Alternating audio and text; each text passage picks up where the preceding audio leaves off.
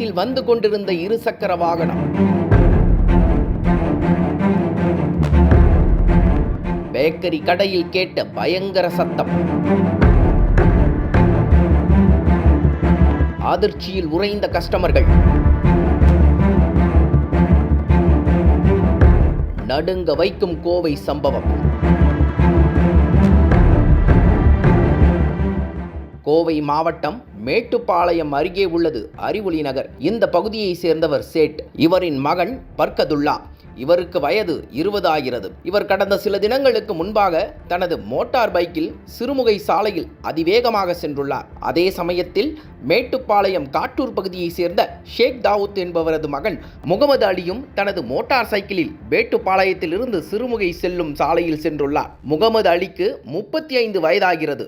இந்நிலையில் டூ வீலரில் வேகமாக சென்று கொண்டிருந்த முகமது அலி தனது பைக்கில் இண்டிகேட்டர் சிக்னலை பயன்படுத்தாமல் தனது மோட்டார் சைக்கிளை திருப்பியதாக கூறப்படுகிறது. இதனை சற்றும் எதிர்பாராத பர்கதுல்லா மோட்டார் பைக்கை நிறுத்த முயன்றபோது கட்டுப்பாட்டை இழந்து முகமது அலியின் இருசக்கர வாகனத்தின் மீது மோதி ரோட்டின் ஓரத்தில் இருந்த பேக்கரியின் உள்ளே மின்னல் வேகத்தில் புகுந்து தாறுமாறாக மோதி விழுந்துள்ளார். எதிர்பாராத விதமாக நடந்த இந்த விபத்தில் முகமது அலிக்கு தலையில் பலத்த காயமும் பர்கதுல்லாவிற்கு இடது கால் முட்டிக்கு கீழ் எலும்பு முறிவும் ஏற்பட்டுள்ளது.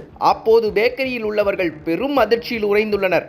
இதனை அடுத்து இருவரையும் மீட்ட அக்கம் பக்கத்தினர் ஆம்புலன்ஸ் மூலமாக மேட்டுப்பாளையம் அரசு மருத்துவமனைக்கு அனுப்பி வைத்தனர்.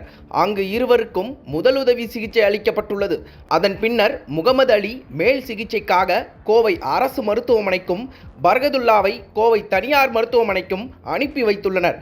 இதற்கிடையில் இந்த விபத்து தொடர்பாக வழக்கு பதிவு செய்த போலீசார் விபத்து நடந்த பகுதியில் உள்ள சிசிடிவி காட்சிகளின் அடிப்படையில் விசாரணை நடத்தி வருகின்றனர்.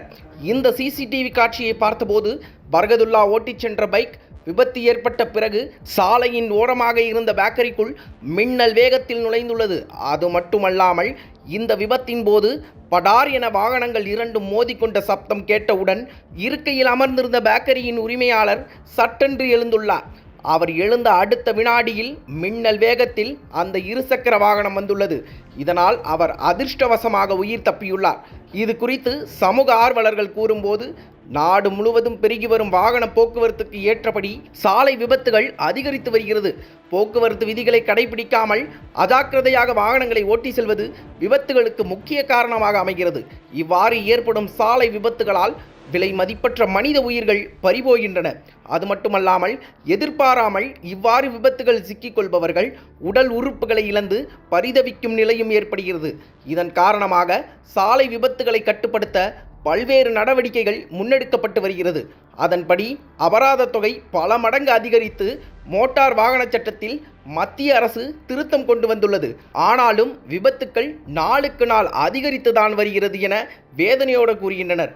அது மட்டுமல்லாமல் தமிழ்நாட்டில் சாலை விபத்துகளால் அதிக உயிரிழப்புகள் பதிவான மாவட்டங்களில் சென்னையை காட்டிலும் கோவையில் அதிகம் பதிவாகியுள்ளது எனவும், சமீப காலமாக சென்னையை விட கோவையில் விபத்துக்கள் அதிகம் நடந்து வருகிறது எனவும் வேதனையோடு கூறுகின்றனர்.